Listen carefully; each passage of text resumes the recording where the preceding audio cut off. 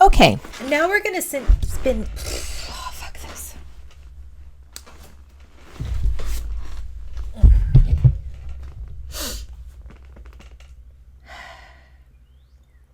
So last time we went over the very basics of classification and how we do that when it comes to arthropoda. And you learned how we name arthropods, starting all the way from the kingdom down to species.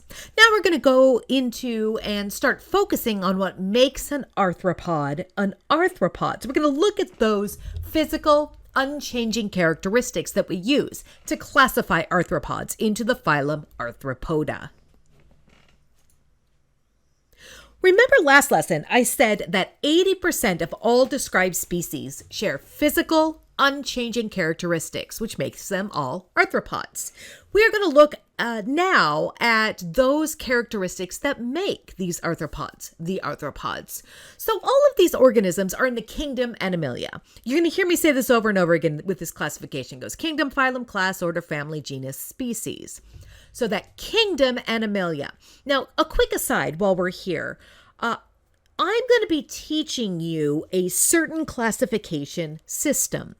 Do know or do understand that this is going to be for the purposes of this class. You're going to find as you get further and further on into sciences and into other courses that our classification systems are not universal. That is because nature doesn't really care how we classify things. It doesn't care that we want to put everything into nice, neat boxes, that we want them to have physical unchanging characteristics, etc., etc. That is a human-made system that we're trying to impose on something that is super complex and super involved, like nature. So when I say we're using this classification system, understand that when you go into other courses, especially if you're getting into, bacteriology or botany or fungi or things of that nature, things tend to look a little different. We also will change the names of things on a regular basis. This is one of the reasons that I have an electronic book for you, because the names of things change so often. And we're not just talking about species names. I mean, species names change practically every week. You're going to hear me say this over and over again, like when you get into lab. This is what we're calling it now, but it used to be called this other name, and then we combined it with something. Now it's back to this, but it's going to go back and forth like that when it comes to genus and species. Genera and species names just change all the time. Less frequent, the higher orders of classifications change, like the family or order or class or whatever. But over the past years, several different orders of insects have changed names or been combined with other orders. And in fact, right before this class started, we had some major changes in some of the orders. So for the purposes of this class, I'm going to be teaching you this kingdom, phylum, class, order, family, genus, species method. There are other methods out there that involve domains or other larger groups than kingdom.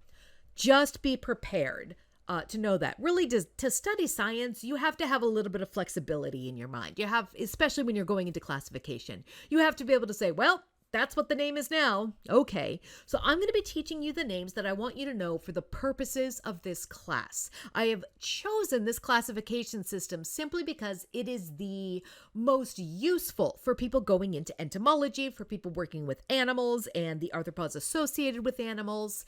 It's a classification system that I find makes it useful to figure out the evolutionary relationships between organisms. And from those relationships, figure out how these organisms are going to act in the real world, how they're going to affect our animals, and how we can stop them.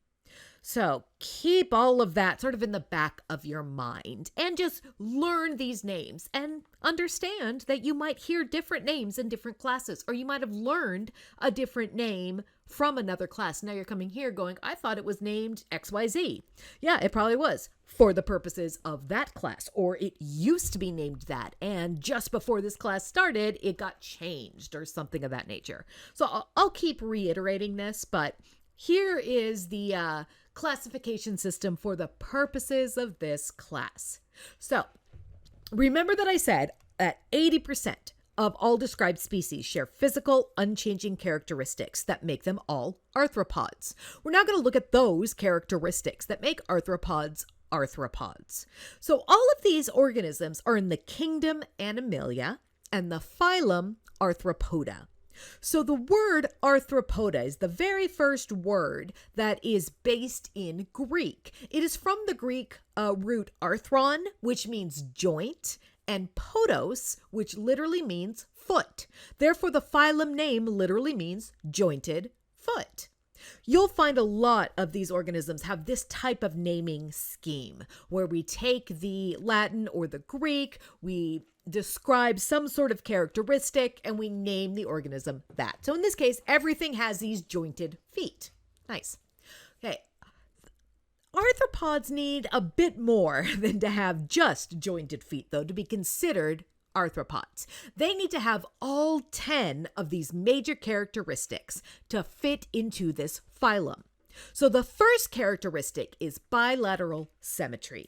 And this is what I mean when I say bilateral symmetry. It is you can draw a line down the very center, down the midline of the organism, and each lateral side or each side is a mirror image of the other side. So bi means two, lateral means sides. So bilateral symmetry, they're symmetrical from side to side. So as long as you draw this line right down the midline of that organism, the two sides are a mirror image of each other. So here we've got a butterfly at the top, right down the center with its body. The wings look very, very similar. Here's a caterpillar, same thing. Here's a big old beetle, same thing. And even though sometimes they might be a little bit off center like this one, it's still bilateral symmetry. Here's a cicada bilateral symmetry. Here's a cuckoo wasp bilateral symmetry. So all arthropods have bilateral symmetry. The second of these characteristics is they all have segmented appendages. Okay, this means more than just those jointed feet. So as you can see that, yes, in all of these organisms, the feet are in fact jointed. So here's the little fly foot. How adorable is that? But you can see those segmented joints there. But if you look up along these legs of everything, you can also see all these joints where they're able to bend their legs and other appendages. So this allows for bending that appendage. So this is a tick right here. This is a dead tick. I can tell that because the legs are all curled in. Now, quick aside, the reason that you see insects and other arthropods when they die that their legs curl in, they don't have the same musculature or internal skeleton that we have to keep things straight.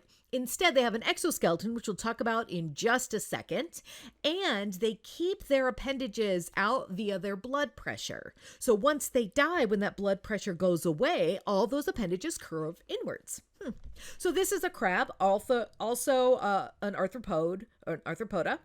You can see it's got all these segmented appendages that allow it to bend. Here's this roly-poly or sow bug, whatever you want to call it, where it you can see the legs, and here again is that little adorable fly foot. You can see each segment is a joint that allows for bending and moving of that appendage.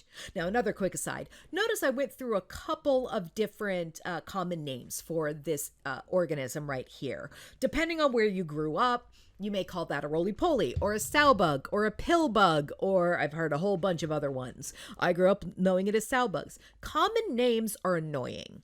And the reason for that is depending on where you grew up and who you learned it from and even what you made up as a kid, common names are going to be different from person to person, from region to region.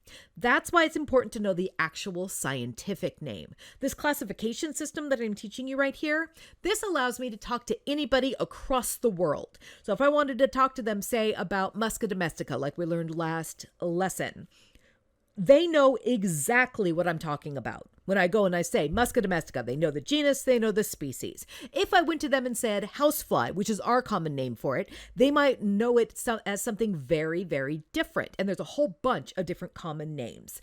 And this can cause massive amounts of miscommunication. As you may or may not know, I am a forensic entomologist, and I worked a case once where there were a bunch of cockroaches involved in this case. And the local investigators were calling them water bugs. But this case was in the middle of the desert. desert, and I was super confused as to how in the heck there were water bugs in the middle of the desert when there was no water anywhere. Because what I know as water bugs are very different than what they were calling water bugs. They were calling cockroaches water bugs. Everything was confusing. So this classification system helps us clarify our communication and allows us to speak even if we have very different languages, very different backgrounds. Okay, that was just a quick side. So anyhow, back to the segmented appendages. All right, we're going to stop there for now. Let me know if you have any questions.